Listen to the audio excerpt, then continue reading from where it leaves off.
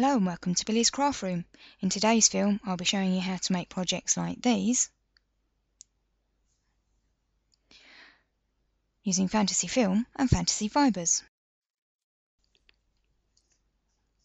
For this project you'll need fantasy film, fantasy fibre, both in the colour of your choice, an iron, a steam iron will be fine as long as it has no water in it, protect your table with a heat-proof mat,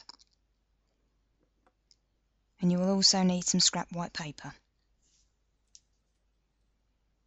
First, place a piece of white paper onto your heat protected surface. To this add a layer of fantasy film. Next add a few of the fantasy fibres. Arrange them until you have a layer across most of the film. To this add a second layer of the film. You will need to add a second piece of paper on top of this. Because all of those films are heat bondable, you now need to iron them for them to bond together to form a single layer. Start with a cool iron and check your progress. If they haven't bonded yet, increase the temperature on your iron and repeat. Now, because this takes a little while, rather than making you watch me do that, here's a piece that I created earlier.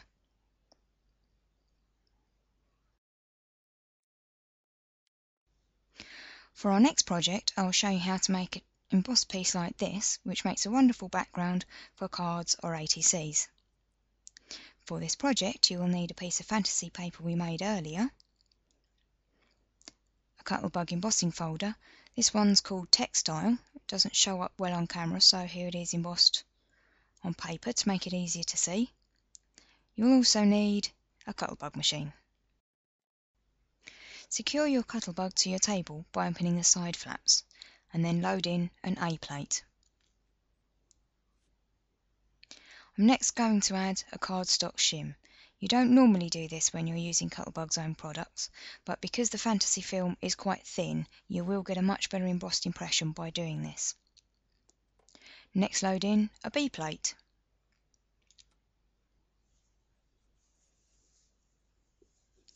Take your Cuttlebug embossing folder and a piece of the fantasy paper that you made earlier.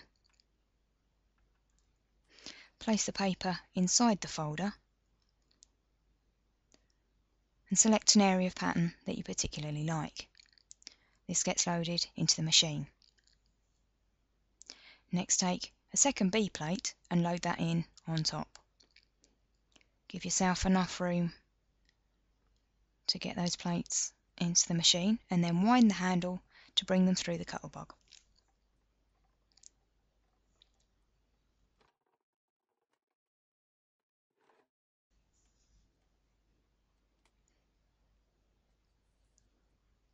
And there's our embossed piece. As you can see, the pattern shows up really well. Trim off any excess fibres and your piece is ready to use. For today's final project, I'll show you how to make an embellishment like this. For this project, you will need some of the fantasy paper we made earlier,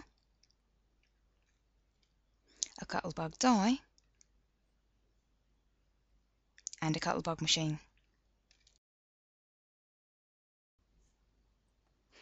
First, add an A plate.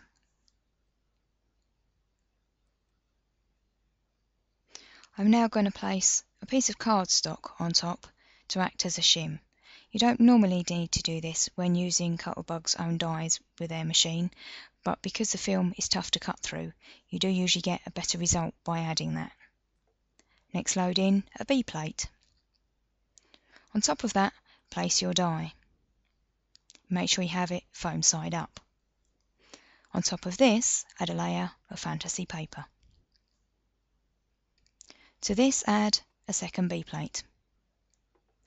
Turn the handle of the Cuttlebug to feed this through the machine. If you struggle getting it through, when you get to the other side, reverse backwards rather than going all the way through and out the other side.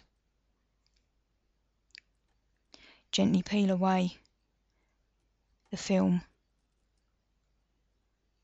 from your die cut to reveal your embellishment. It's now ready to use in your chosen project.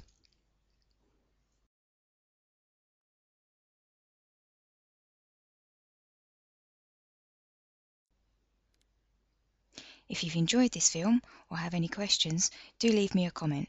There'll be a translation on the blog on March the 6th. Here are some projects that I made using the embossed piece made during filming. This is a Coptic stitched book with a hard cover.